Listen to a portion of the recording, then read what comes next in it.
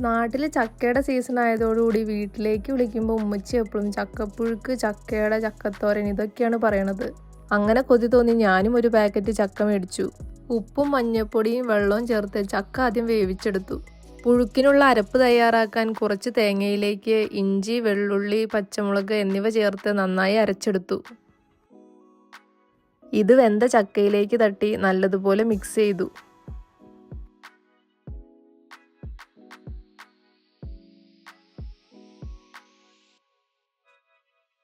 അടുത്ത പരിപാടി താളിച്ച് ചേർക്കലാണ്.